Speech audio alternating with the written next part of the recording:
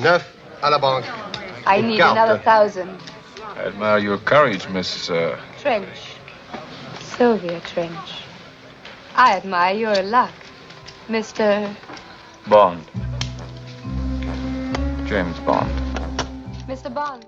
Alright, round 2 because the file corrupted. Sorry about the delay. Welcome back to Mr. Alright Movie Reviews and our Bond Rewind series. Today we are kicking off the Sean Connery era with Dr. No, the 1962 film that launched 007, establishing the legendary theme, a sinister villain and raw 60s energy. Does Bond's debut still pack a punch today? Let's unpack the spies, gadgets and origins in 5 minutes. It's never 5 minutes. I am a liar! Sorry. So, Dr. No introduces the iconic James Bond theme by Monty Norman, orchestrated by John Barry, a jazzy surf rock riff that becomes 007's signature. There's no lyrical song here, but the themes, bold brass and twang define the franchise's call, hitting cultural immortality. I know I criticised on Her Majesty's Secret Service for not having words, but you have to give this film a pass because it is the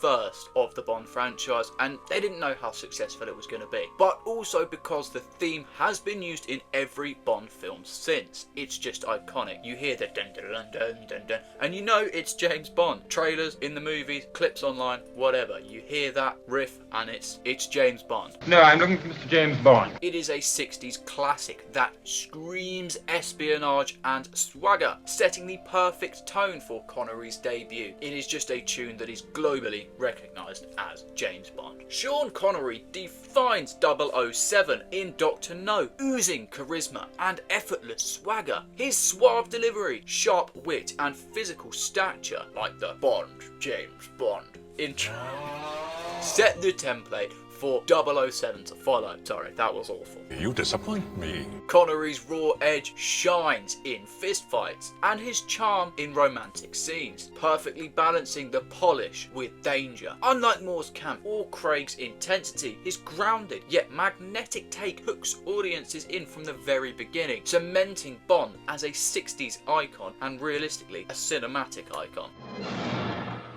There. Now you made me miss it. You don't miss a thing.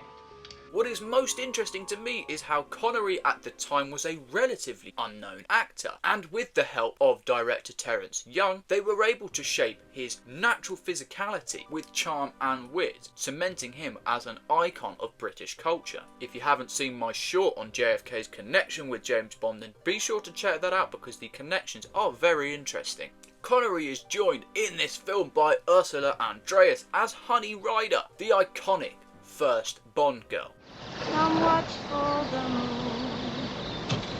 La, da, da, da, ma. We also have Joseph Wiseman as Dr. No, a chilling Spectre scientist. Jack Lord's Felix Leiter adds CIA grit, and it's always been interesting to me how many times they have cast new actors as Felix Leiter. In this case, Jack Lord wasn't recast because he wanted a co-star billing and similar salary as Sean Connery in later films where Felix Leiter returns. The plot follows Bond investigating disappearances in Jamaica, leading to uncovering Dr. No's plan to sabotage US rockets. Gadgets are minimal in this film. A Walther PPK and the Geiger counter are used, showing the limited budget, but I did love Dr. No's lair. It's luxury but sinister and it's so appealing and so iconic. I almost want to live there. The tarantula scene in that lair was such an intense set piece as well.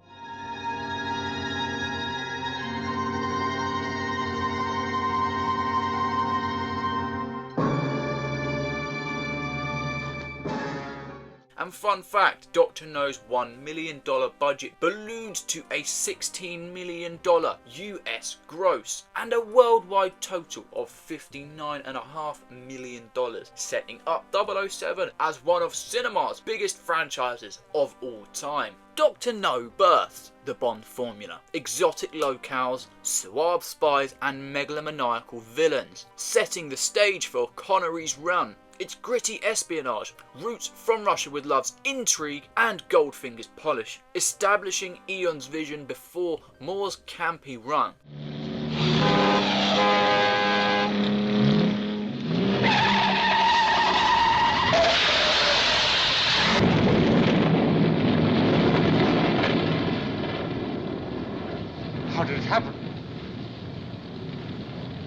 think they were on their way to a funeral. Dr. No's Spectre intro shapes the era's stakes, blending Cold War fears and cinematic flair. East, west, just points of the compass, each as stupid as the other. I'm a member of SPECTRE. Spectre? SPECTRE. Special Executive for Counterintelligence, Terrorism, Revenge, Extortion. The four great cornerstones of power, headed by the greatest brains in the world. Connery's raw 007 defines the franchise's early identity, laying a foundation that evolves through Lazenby's pivot and beyond. As previously mentioned, Dr. No grossed over $59 million worldwide, a massive 1962 hit, but adjusted for inflation, that hits a staggering $622.9 million, which is not far from the numbers that Brosnan was pulling in with 40 years of established legacy. That's impressive, and it's no surprise that it scored 95% from critics and 82% from audiences on Rotten Tomatoes. Now, I know Rotten Tomatoes wasn't around at this time, but I use it as a safe, easy metric to rate the films. It's praised for Connery's charisma and style, but noted for dated effects. But again, like theme, you have to give it a pass. It's from the 60s. Fans still call it a foundational classic, loving the theme and Honey Ryder's entrance. Underneath the mango tree, my honey and me. Who is that? But where do I stand? Dr. No is a bold start. Connery's magnetic, setting the 007 standard. And the theme is an all-time banger. Honey Ryder's iconic, and albeit simple, I still like the plot. As I said, the effects are dated, but you can't expect the levels of the Craig era from a film produced in 1962, and it has a unique charm that most Bond films just don't have. Still, it is a thrilling launch for Bond's legacy, and I give it an 8 out of 10 for its raw charm and historical heft but modest scope. Is this the ultimate 007 origin for you? Drop your thoughts in the comments below. I still think Casino Royale is the best entrance for 007, but they have over 40 years of experience making Bond films at that point. That is Dr. No in the books, and next up is From Russia with Love, which I recorded yesterday and the file didn't corrupt. If the Bond Rewind series has got you hooked, then smash like and subscribe for our 26 episode ranking, and you can also binge my playlist in the description below. A huge thank you to Jagex for letting us use old school RuneScape music as creators. It's great background music, but also a massive thank you to you for watching to the end. You're doing massive bits for my engagement and it means the world to me. So thank you again for sticking around. Take care my friends, and I will see you in the next Rewind.